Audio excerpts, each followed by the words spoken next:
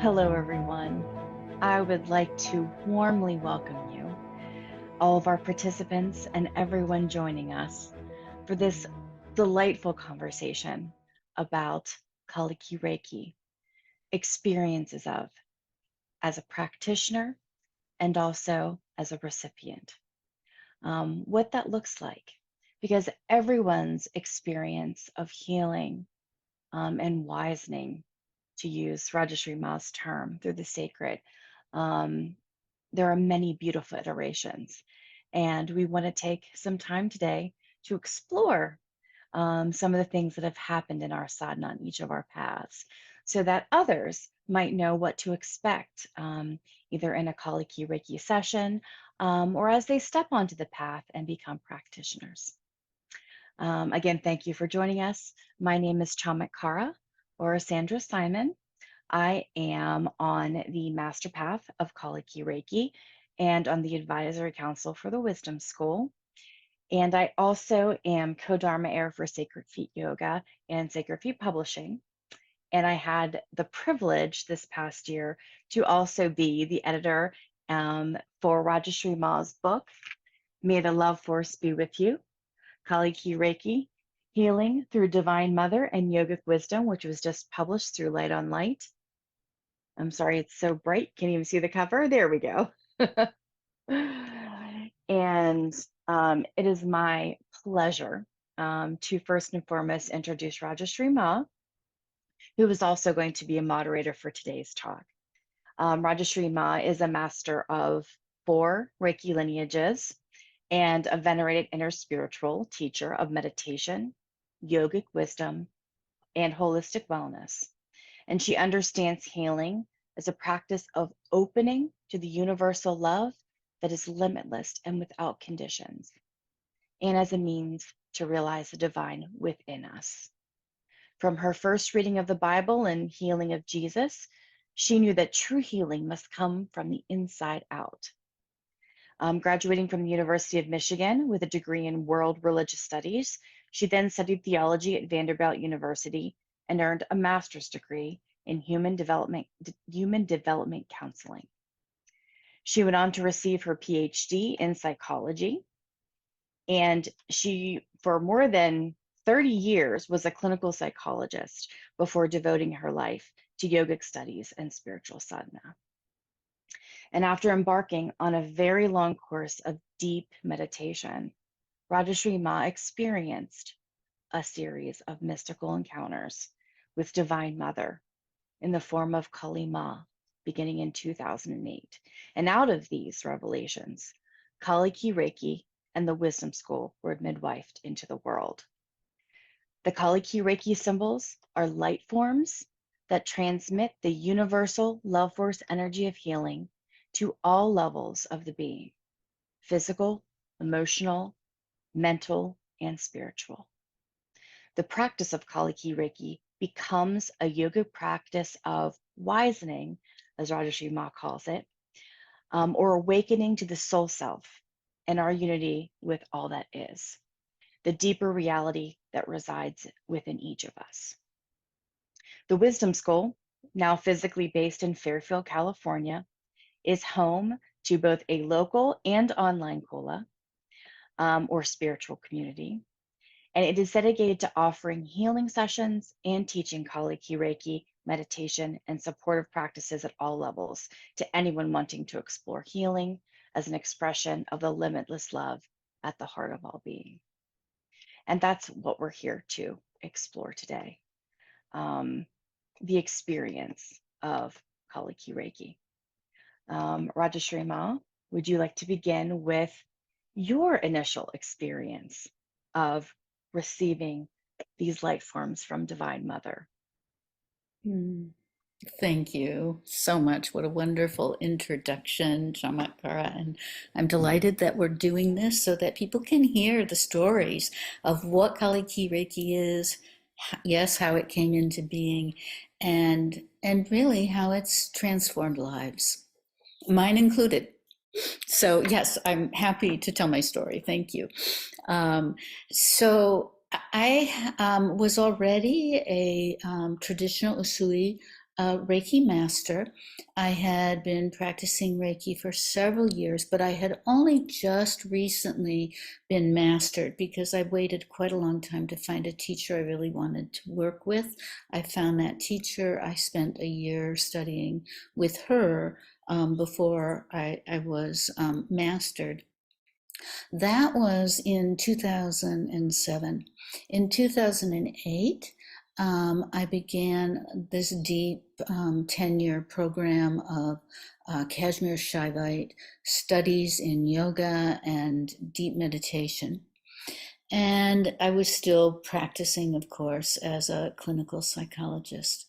And I feel it was those three kind of those three limbs of my life: the psychological studies, the deep yogic studies, and the Reiki healing studies and experiences that.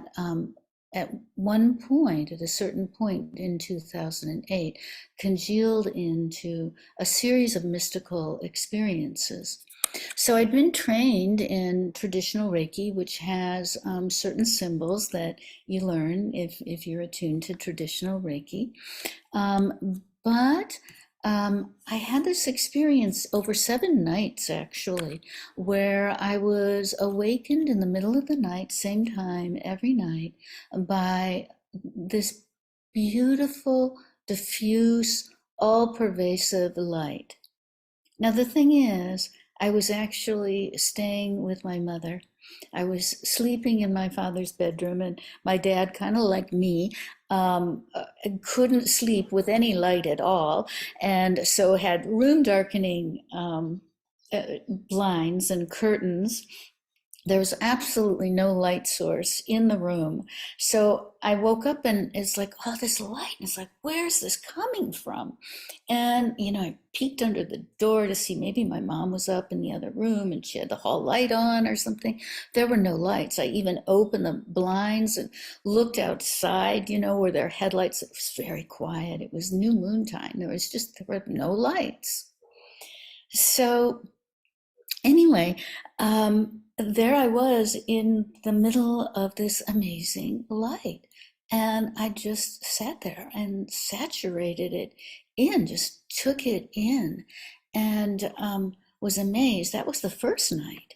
Well, every night again, for these 7 nights while I was staying at my mom's house, I was awakened at the same time by the same light.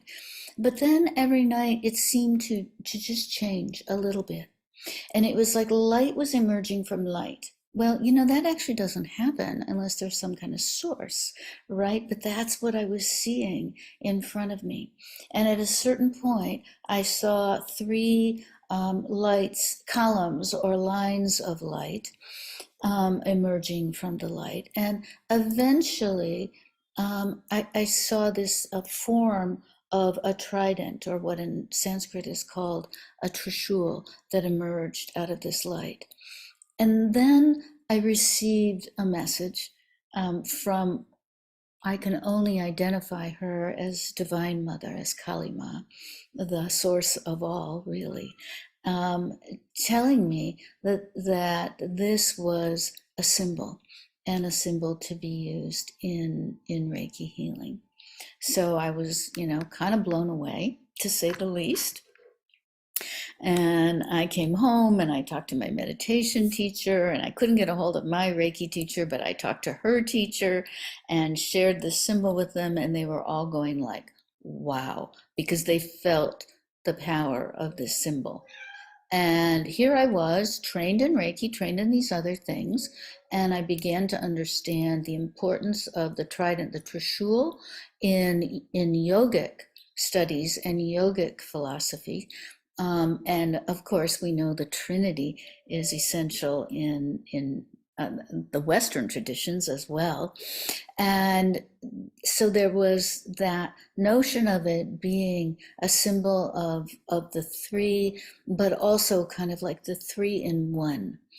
And that it had this power to awaken what I call the love force, the life force energy, that is the energy of Divine Mother, that's the energy of Shakti. And so we began, we being myself and some of my students, I already had some Reiki students by this time. We started experimenting with this. And again, I gave it to my teachers, and everybody just felt this tremendous power and awakening, spiritual awakening, which I call wisening, and healing overall, coming into a full and whole state of being. And so that was the beginning of Kali Ki Reiki as a lineage. At first, I didn't think of it as its own lineage. I thought this was just another symbol to use in Reiki healing. But after that, and over a period of 12 years, actually, several other symbols came. And the group began to realize, oh no, this is its own lineage. Without further ado, I will introduce our first speaker. That would be Dr. Doug Wilson. He is the medical director for the Inpatient Palliative Care Service in Napa. He has worked at the Queen of the Valley Medical Center since 2001, as well as Communicare. Is it Ole? Yes, okay. Communicare Ole. He grew up in the Napa Valley. He is a devoted husband and father. When we're not working, he enjoys his family, nature, kiteboarding, and exploring consciousness. And he has been a Kali Ki Reiki practitioner for many years now. Let me turn it over to you, Dr. Doug, and you can talk about your experience or one of your experiences with Kali Ki Reiki. Sure, thank you so much. This was more than a decade ago when I first learned the power of distance Reiki. I was caring for a baby uh, who was about a year old and had developed RSV, which is a virus that affects the lungs. And the baby wasn't able to breathe. And so we put him in the hospital and we were giving him all the medicines we know how to do. And uh, at first, he seemed to get better. And then he was getting worse. And so there was a huge sense of foreboding, uh, anxiety, because we're not the big city. We don't typically do everything that can be done for kids. And so if he got worse, we were going to have to uh, intubate him to put a tube down into his lungs and have the machine breathe for him and try and get him off to the big city. And uh, he was just struggling very hard to breathe. And there was a sense that, he might be getting close to what we call tiring out, where the effort to breathe just becomes greater than the energy available to breathe. And uh, that's when uh, that's when we die. So we joined together as a group for a morning Kula meeting, and we sent healing energy to this baby about 9:30, and uh, the feeling sense in the group was just so full of peace and love and joy. And I remember thinking about the extreme contrast between the anxiety and it's all love, but the the worry and the heaviness in the hospital compared to the love and the peace in the group that was beaming the baby energy. And so after that, I went back to the hospital to check and see, and the baby was breathing comfortably, and the oxygen had improved, and everyone was so relieved. I said, "What time did that happen?" And the nurse said, "Well, it seemed like there's a big transition around 9:30. We just kind of relaxed." Um, and he went on to do well and never had to go to the big city and got out of the hospital a couple days later. That is such a great story, Dr. Doug. And of course, I remember that day, and I remember being in that circle and sending that love energy. And it just always means so much when it makes a difference. And in this case, especially for a child, it was really fabulous. And you know what? That group is still going on 10 years later. Actually, I think we'd already been going on for several years then. Every Thursday morning, we get together and we give Reiki to one another and to everyone that we know who needs it, and to all those we don't know who need it. Yeah, great story. Thank you. You always say that we become the Reiki.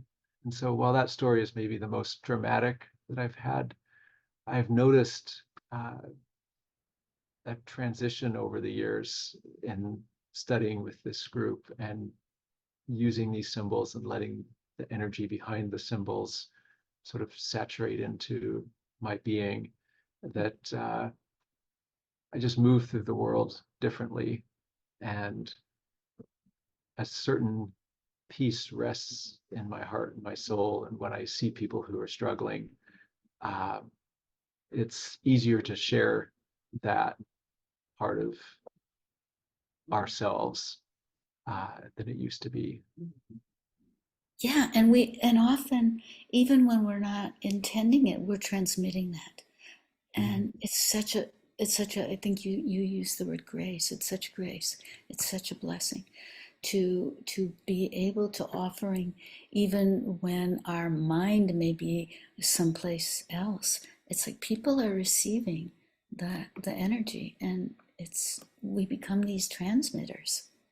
Now, I would like to introduce Linda Lang. She is a longtime meditator and artist, clinical psychologist, and licensed marriage family therapist who retired 3 times, she told me. I love that. She worked hospice for 15 years with at risk adolescents and with those who struggle with chemical dependency at a Napa Valley hospital.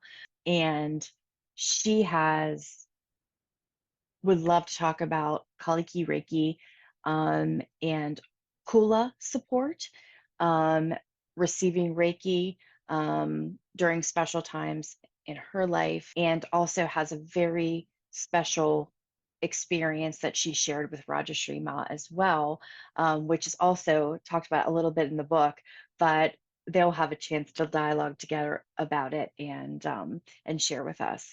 So without further ado, I am going to introduce Linda. Thank you.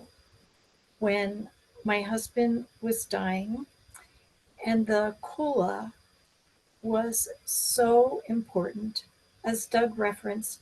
I mean, the energy of the kula together, that united focus of that love energy coming through, was so powerful for myself and my family and my husband.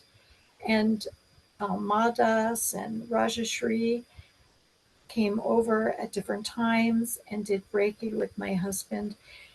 It really calmed him because he could not sleep with the glioblastoma that he had, made it very difficult for him to sleep. And when they applied Reiki, it just completely calmed him. And also in his transition, it helped transition him calmly and beautifully into whatever is next. Um, and just the support of the Kula was invaluable before, during, and after his death.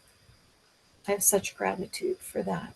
The shared experience that we had, I had started working at a hospice in Napa after working for many years in another county.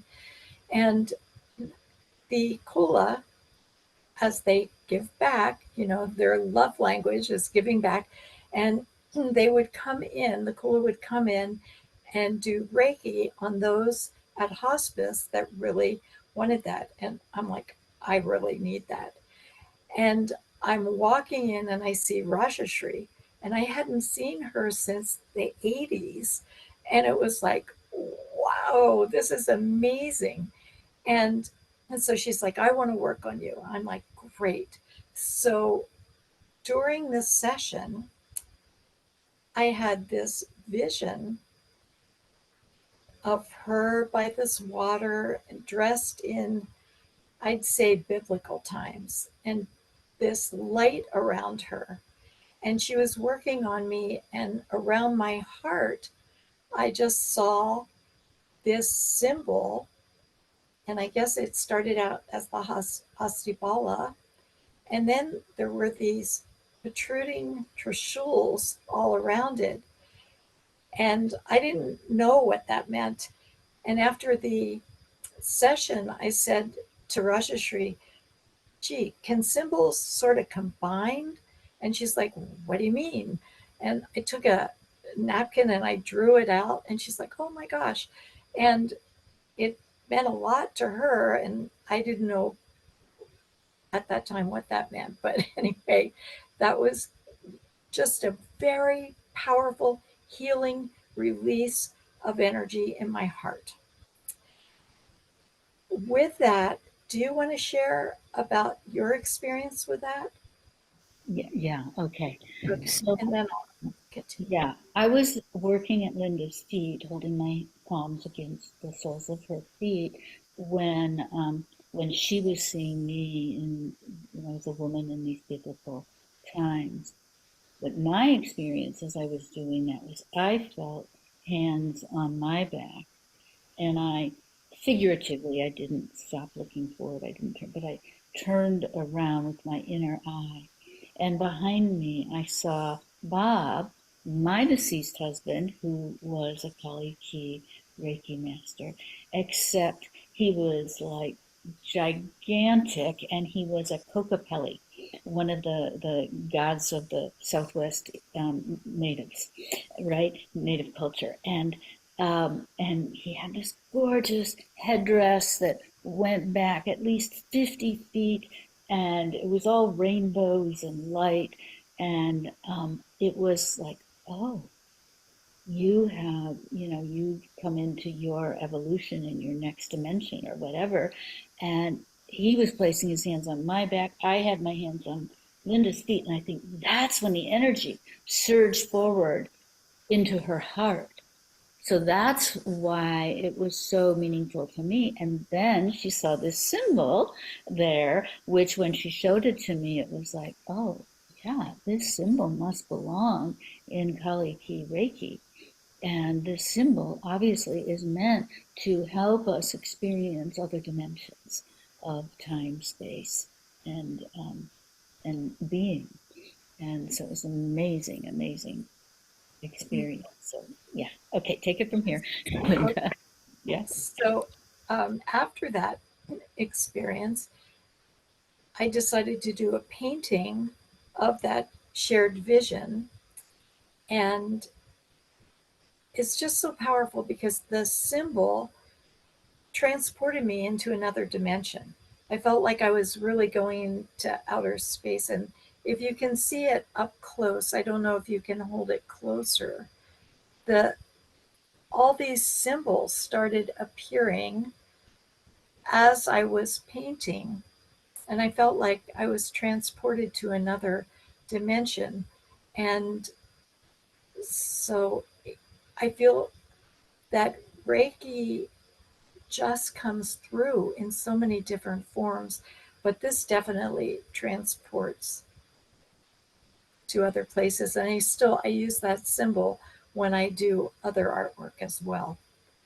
Um, and thank you for sharing that artwork. Thank, thank But you. yeah, And Linda named her painting Shared Vision, right? Because it was a shared experience with she, with I, with Bob from the other dimension. And yes, and it was like he was bringing forth, that's how we felt, that he was gifting the Kula with this new symbol for yes. interdimensional experience. So it's powerful, powerful stuff. Thank you.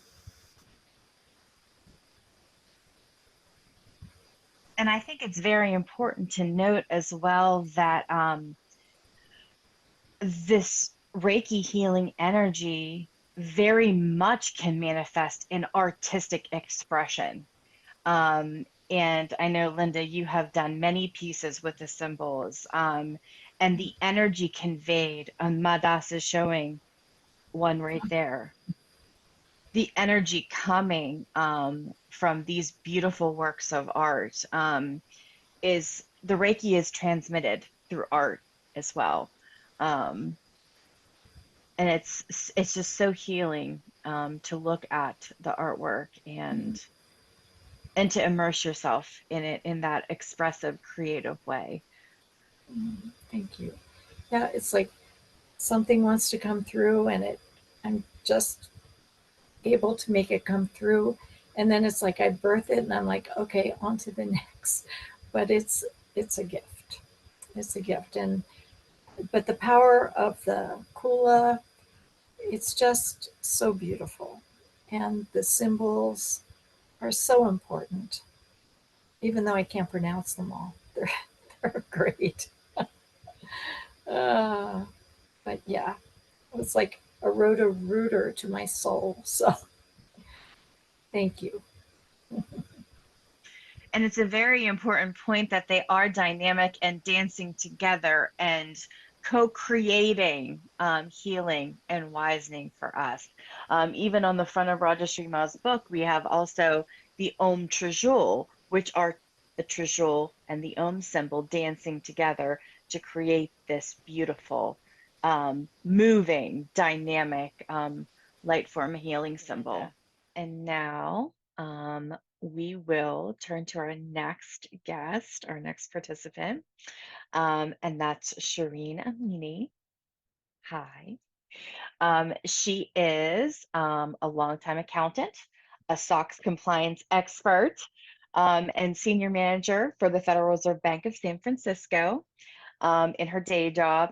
But she's also a Kali Ki Reiki practitioner on the Master Path, and she's on the advisory council for the Wisdom School and offers her wisdom all of the time to all of us. So without further ado, Shireen, we would love for you to talk about your experience with Kali Ki Reiki. Thank you, Chamatkara. I appreciate that. I appreciate you having me here today. My experience years ago before the pandemic, because I was looking for a community to just practice meditation with. And my wife had been recently diagnosed with lung cancer and thought it would be a good time to get back into meditative practice. And we were also looking at Eastern alternatives to complement the treatment she was going through. And so I'd heard of Reiki, but didn't know a lot about it. And she decided to give it a shot and have a couple treatments. And she was very, very logical and practical. We were kind of opposite. She was very type A and, ran marathons and that kind of thing. And so initially when she got the Reiki, she thought like, well, I don't know, her little mind would just go constantly and she probably couldn't relax and who knows.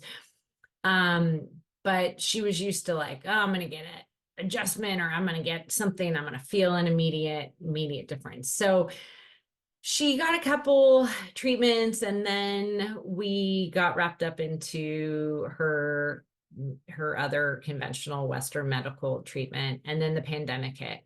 So several years had gone by and we had just, things had proceeded. And then she, we didn't realize at the time, but she had taken quite a decline in the summer of 2022.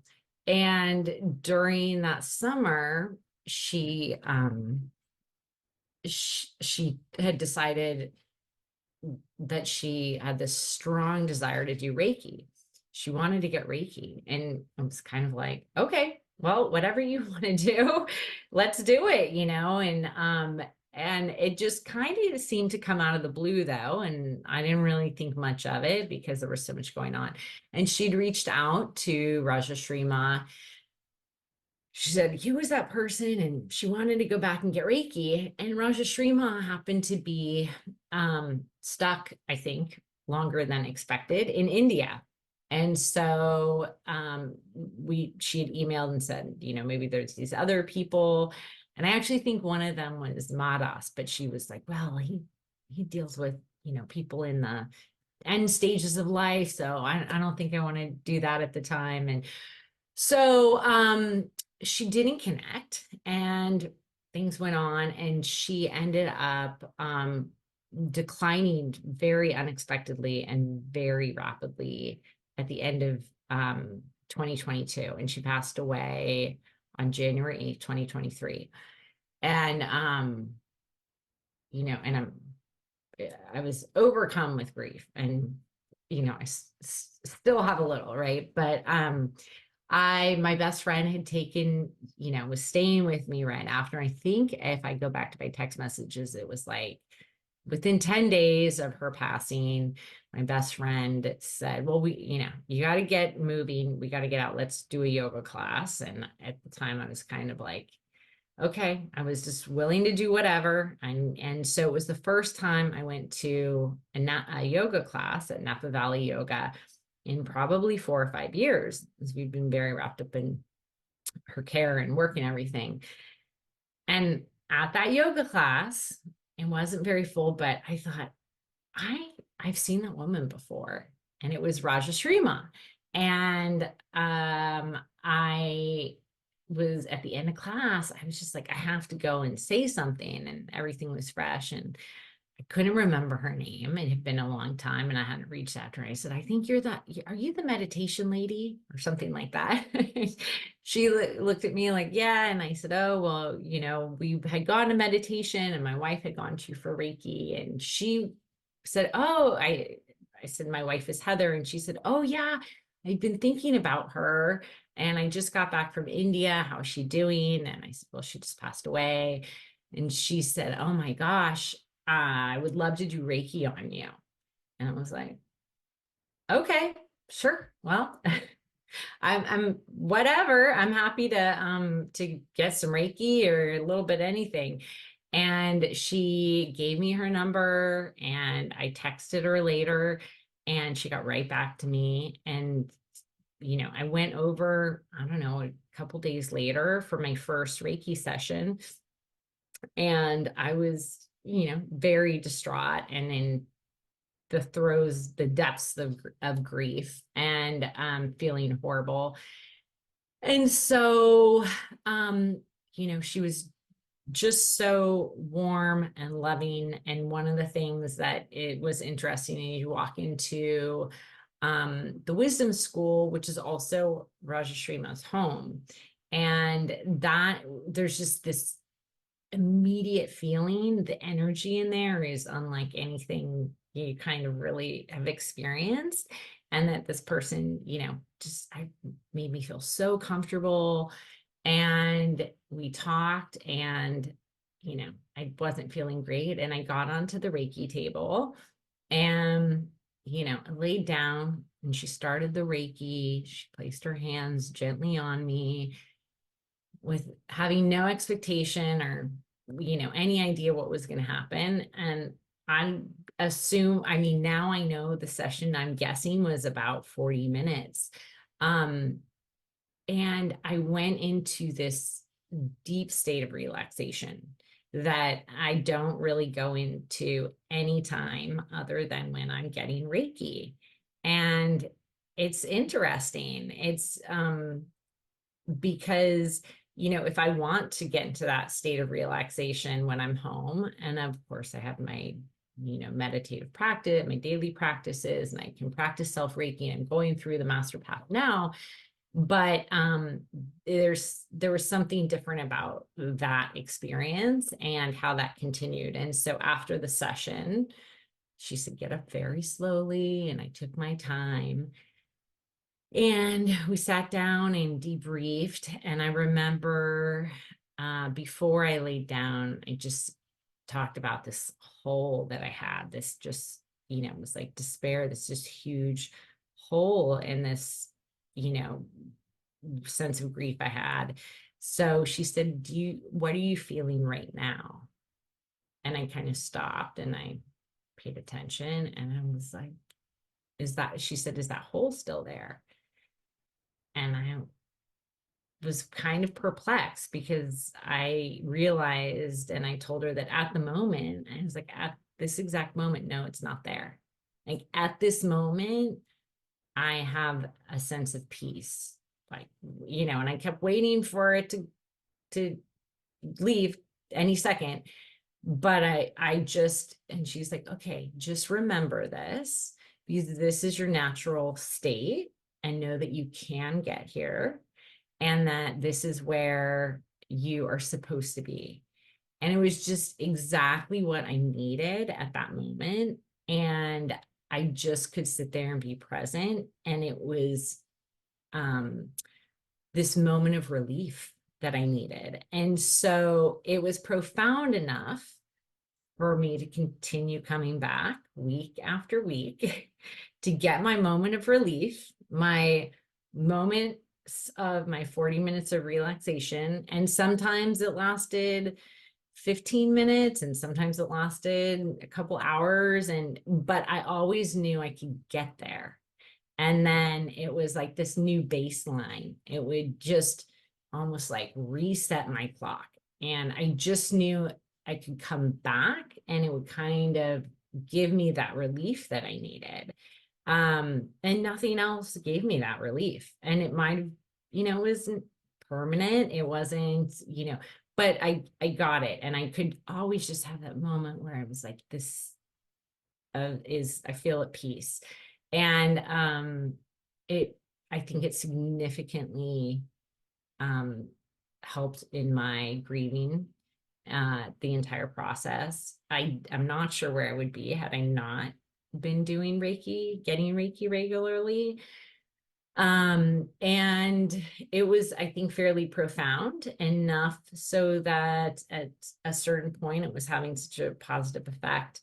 I decided to go on a silent meditation retreat. And from there, I took level 1 and then thought, I want, Rajashree Maa said, you can learn this. And I thought, I don't know if I can learn this actually. I'm not sure. I think that she said, no, you can. I was like, okay, again, all right, I'll give it a shot. And so I kind of got hooked, and now I'm in the master path. But I'm extremely grateful and appreciative to the Reiki and the healing and the whatever it provided me, and also to all the people that came along the path as well that are in my life.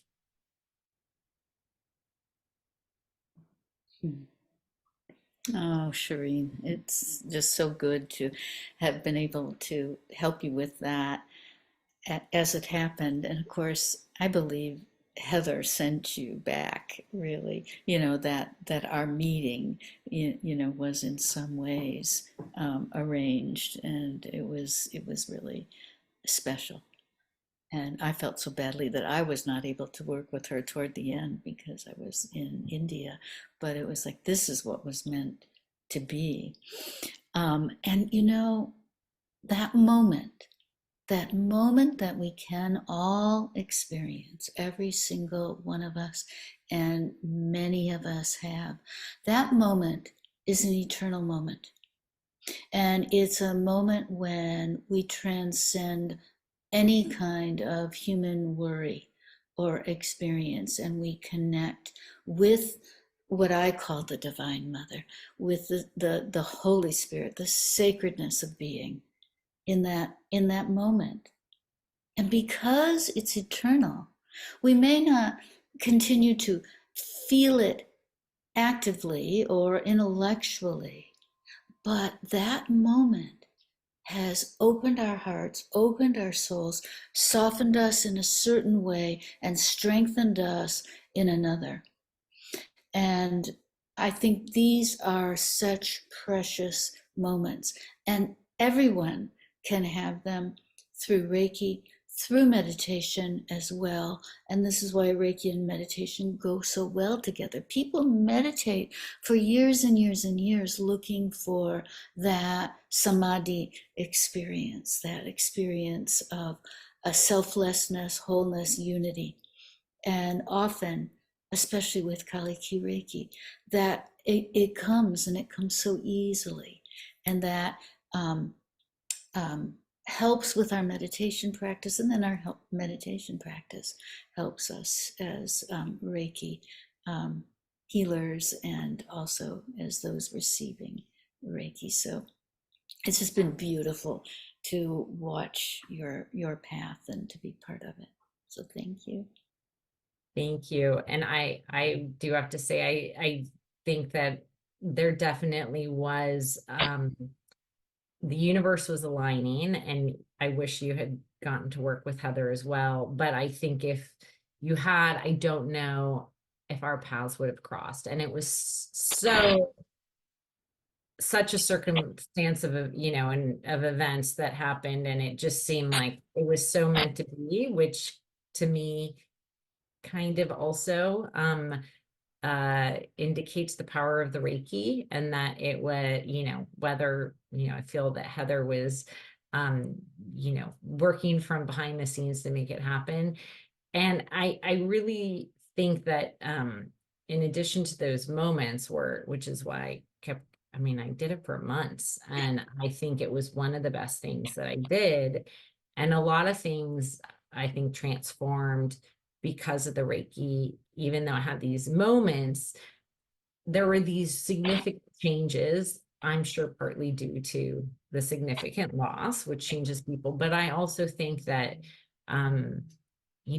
my intuition was different, and my perspective, and how the more Reiki I got, the more clarity I got. So I think it had a very profound effect. And sometimes I would wish that I could really just like get the answer and know like the exact connection. So I had to learn, like, I think in my heart, I feel in my heart, this is what's going on. And that's the Reiki. And so, and I think that was really, really important. And the effects are long lasting.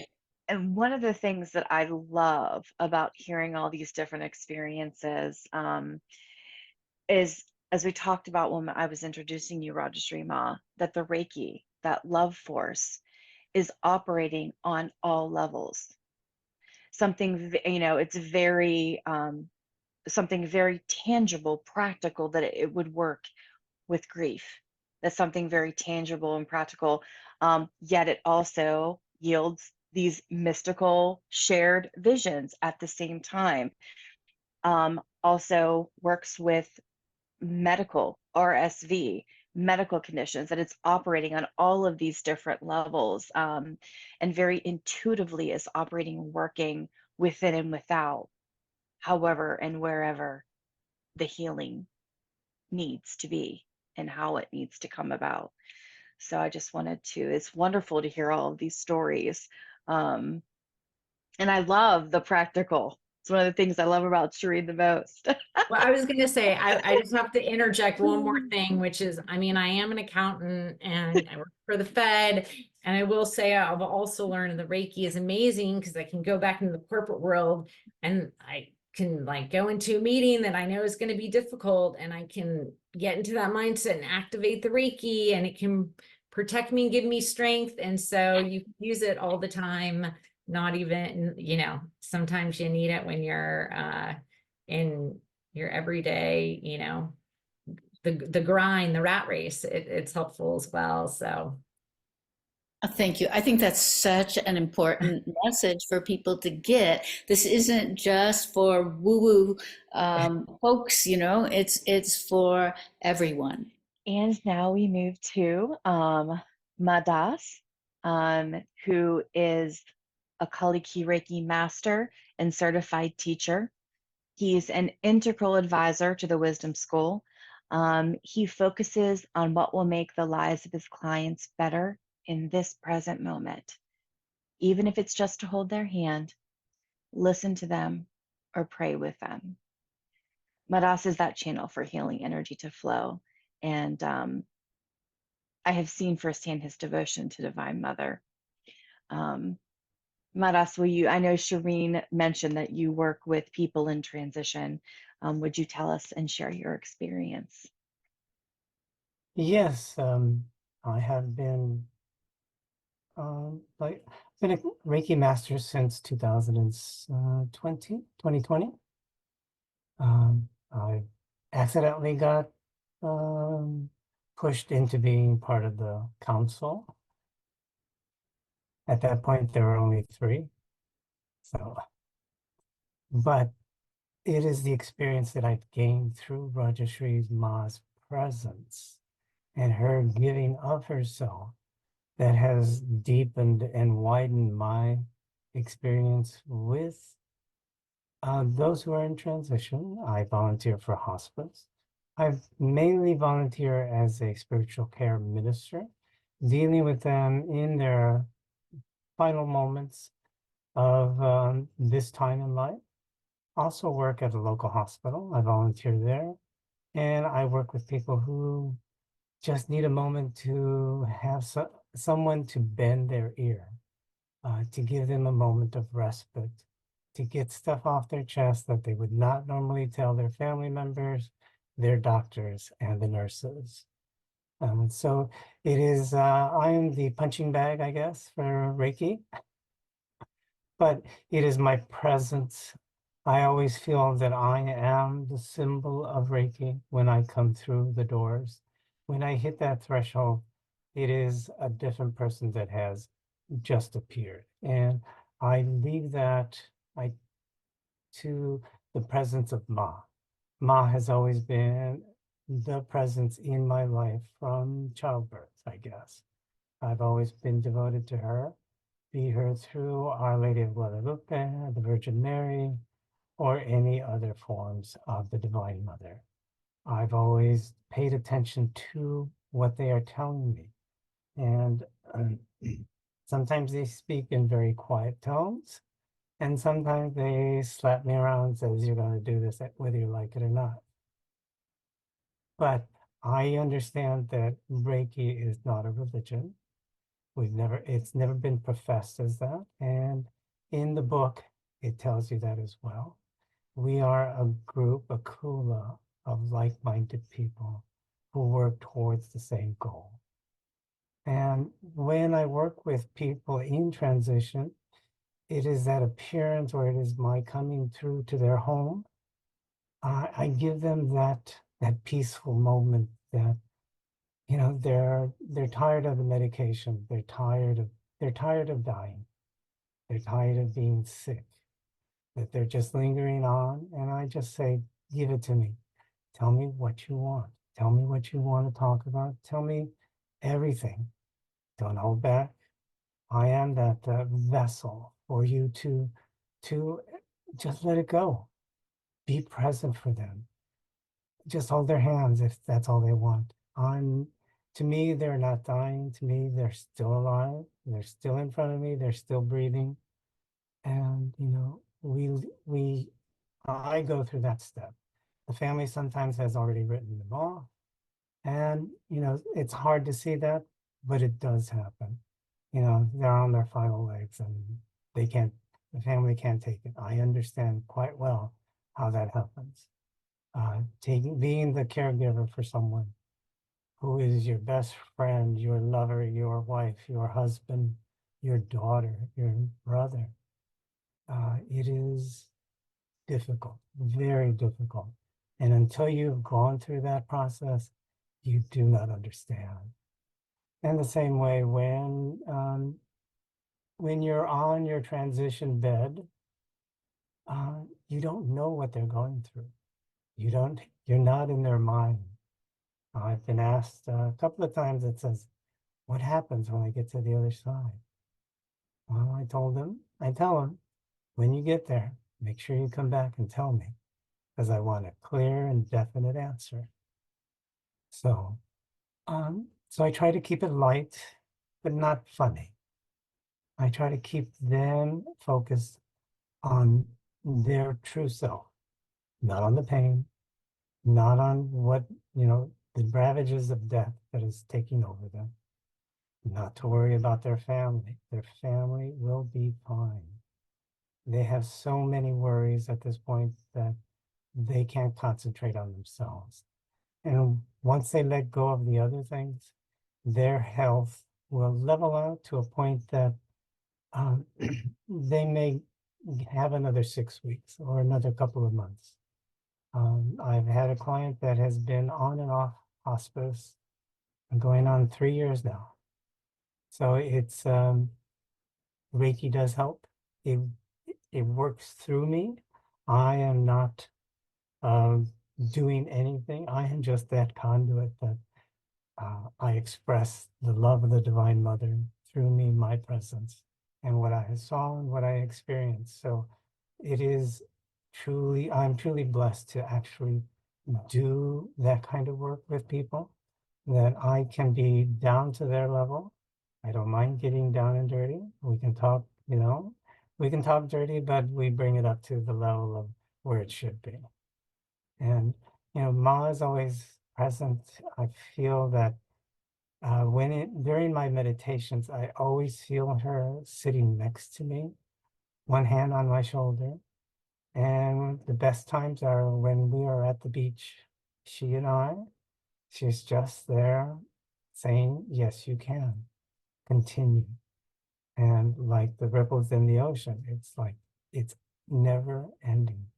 So Reiki is never ending. Once you start, you will always be a Reiki master or participant, whichever, uh, uh, whatever calls to you, I guess is the correct terminology.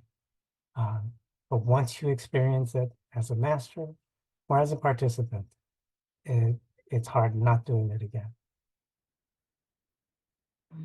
And thank you so much, Madas. And your presence does just exude the Reiki now as you speak, and it's beautiful. As Doug was saying, this is Reiki mastery, is to become the Reiki, and we are that. We are that love force of the Divine Mother.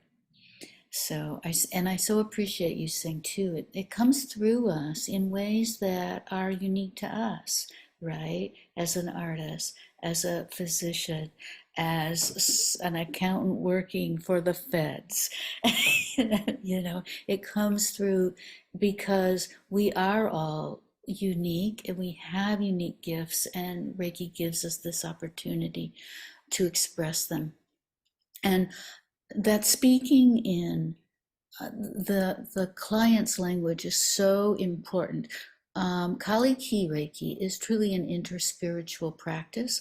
Like you said, it's not a religion, it's a practice. We honor all traditions, and we certainly honor the traditions and beliefs of whoever we're working with.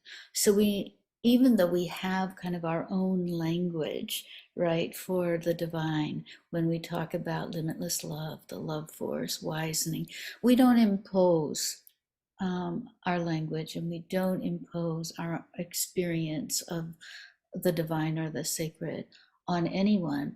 As a matter of fact, we encourage them to speak in their own natural and comfortable expression of the divine. And I think, you epitomize that, Madas, when you can walk into a home and be immediately accepted and speak the language. And I'm not just talking about English or Spanish. I'm talking about the heart language that is spoken in that home, and that's it's a true gift. Well, one last thing I can say is that I am a true introvert. To be a Reiki master or a Reiki participant, you have to be an extrovert, and you can't hold anything back. So what I have learned is that during my life as an introvert, I've left out quite a few things, but I've experienced so much that I've kept it all to myself and I haven't shared it at that point. Now that I'm on my Reiki path, that everything that I have internalized, I can tell the world, as they say, just to let them, let me share it with you what I have done, where I have been to South Africa, to the Andes Mountains, to Israel, to, coming up to Bali pretty soon. So it's each of those places holds a place for me. I always see the divine in those places, and you just have to wait for it, and it will happen.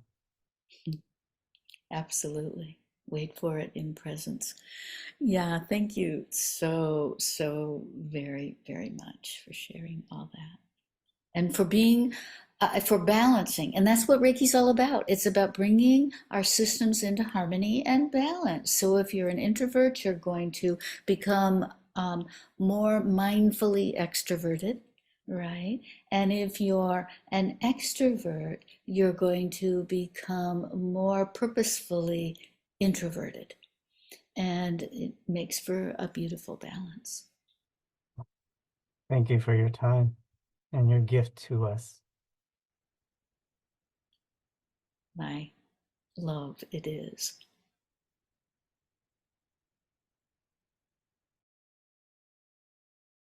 Thank you so much, Madas. And last but certainly not least is our dear Brooke Oxtell. Brooke is a certified Kali Ki Reiki practitioner and Wisdom School guest teacher. She is also a certified clinical hypnotherapist and self-proclaimed mystic. Her own journey towards physical and karmic healing led her to pursue practicing alternative forms of energy work that have had a profound impact on her life. So we welcome Brooke here today and look forward to hearing more about her experiences as well. It's been so beautiful hearing all of your stories and how seemingly individual they are. But when you kind of peek behind the curtain, really they're all experiences that are so universal, and it's of the power of limitless love and just the presence that you receive when experiencing Reiki. So my journey into the wisdom school and into the home of Rajashree Maa truly was by divine intervention, and really just kind of experiencing a time in my life where I felt a bit misaligned. I was really praying and searching for guidance, but not knowing where to turn.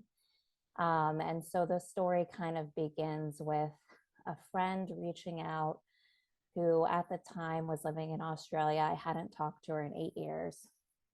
And we were just having a really deep conversation and connection.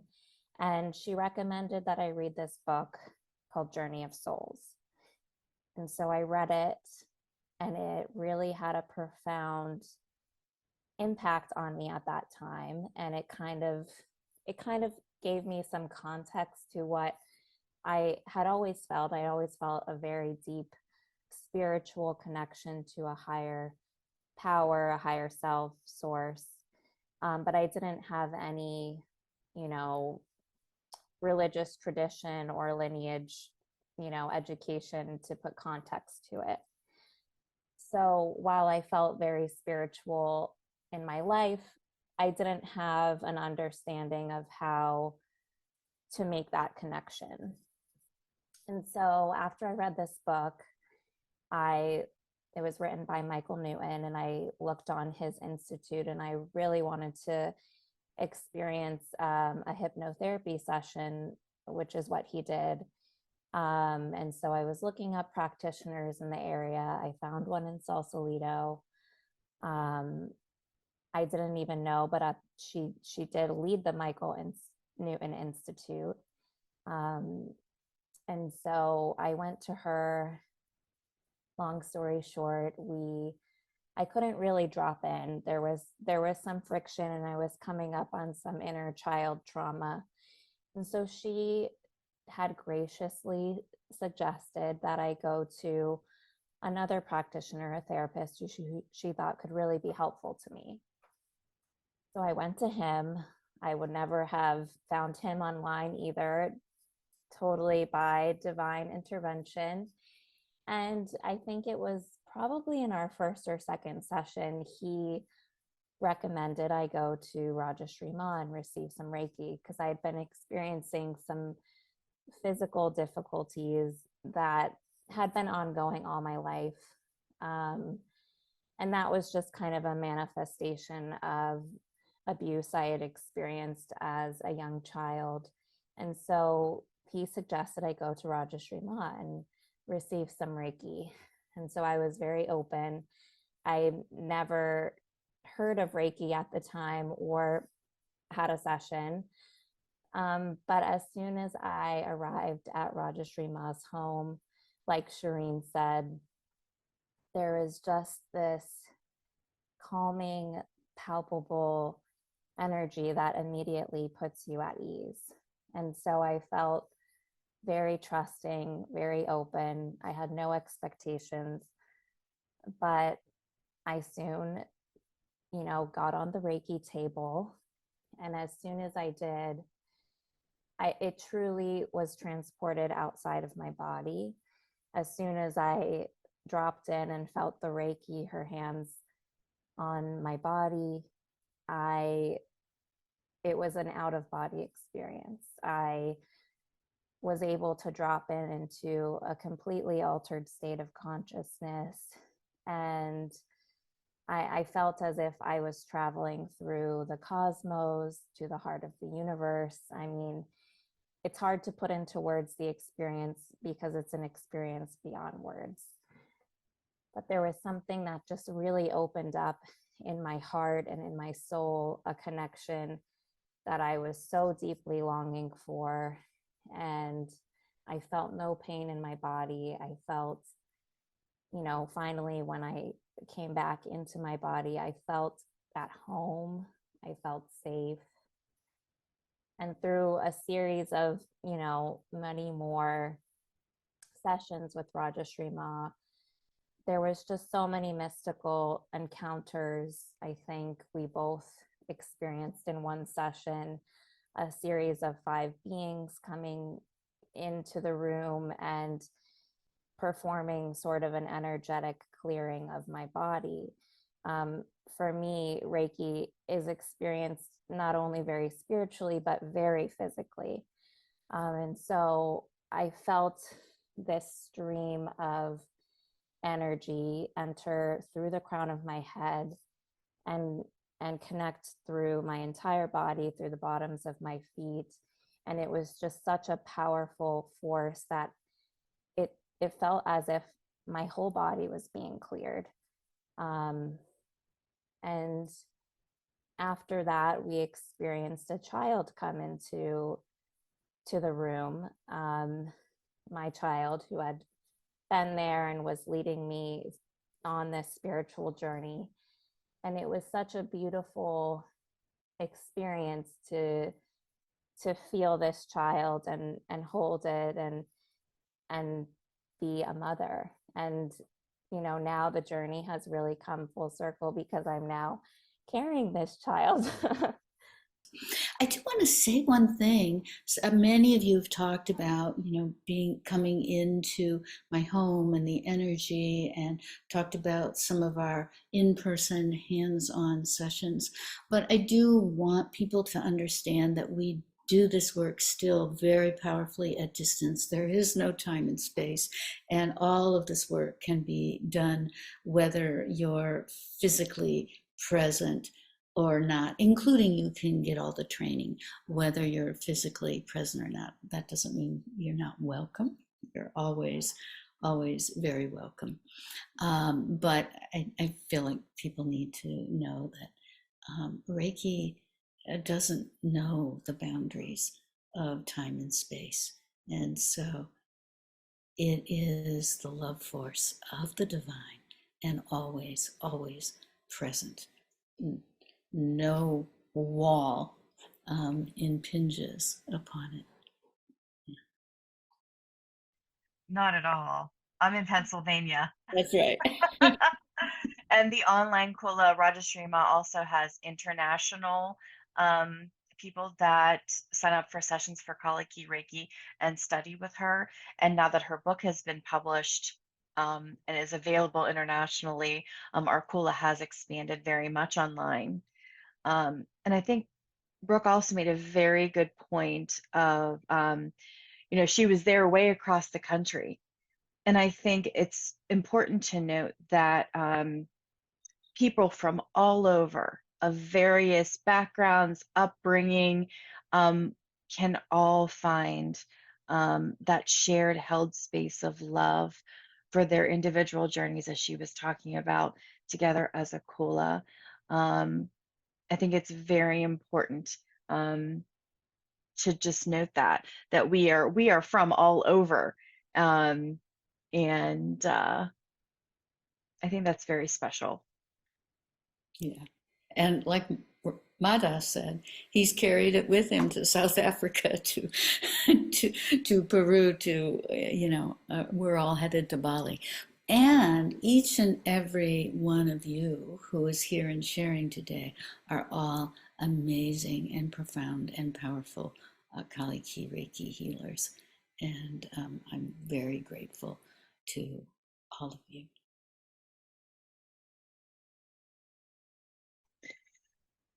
I guess we do comprise that non-duality Rajashree Maa, the oneness.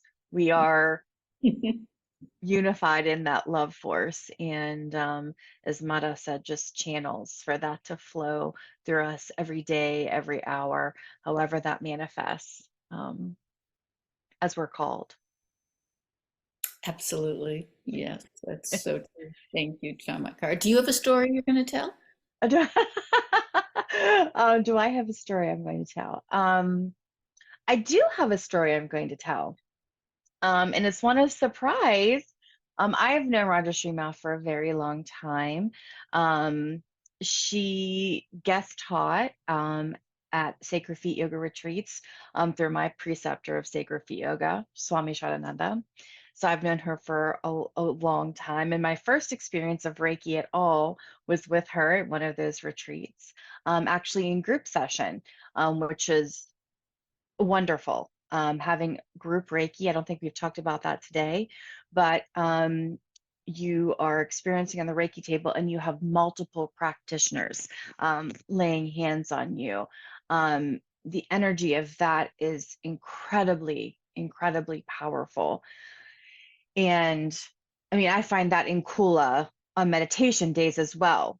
The power of just us being together, sharing that love also in meditation.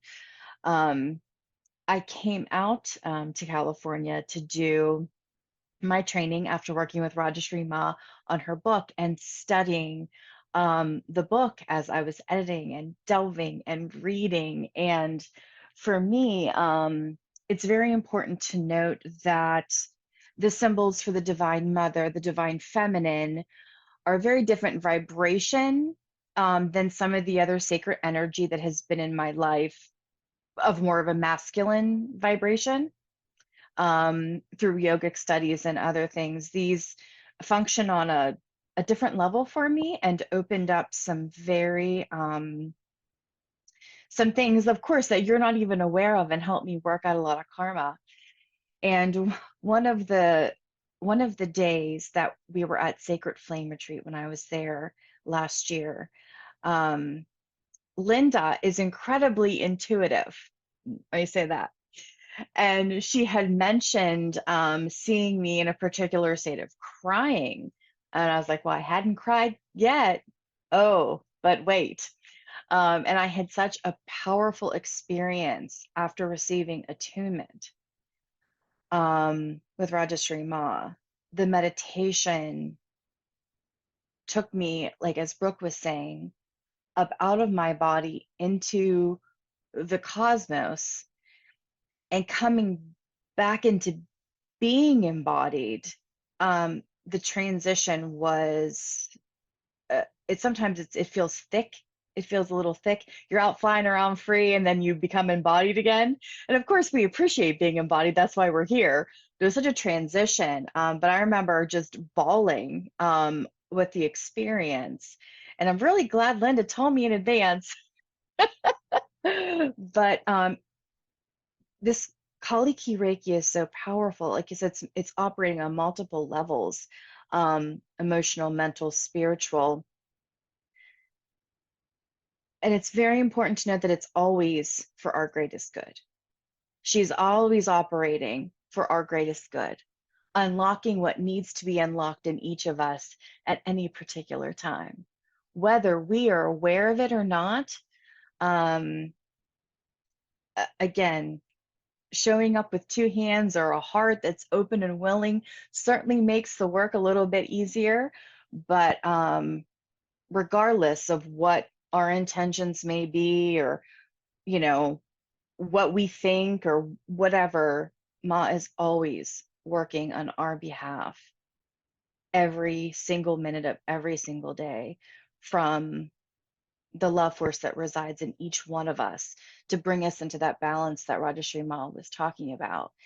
And through Kali Ki Reiki and the vibration of these particular powerful light forms, I have been able to have, I've been a long time yogi, but it's brought a greater balance to my practice. And facing things as you go through life in different stages. Certain people passing, your parents, your partners, things that you meet in each season of your life.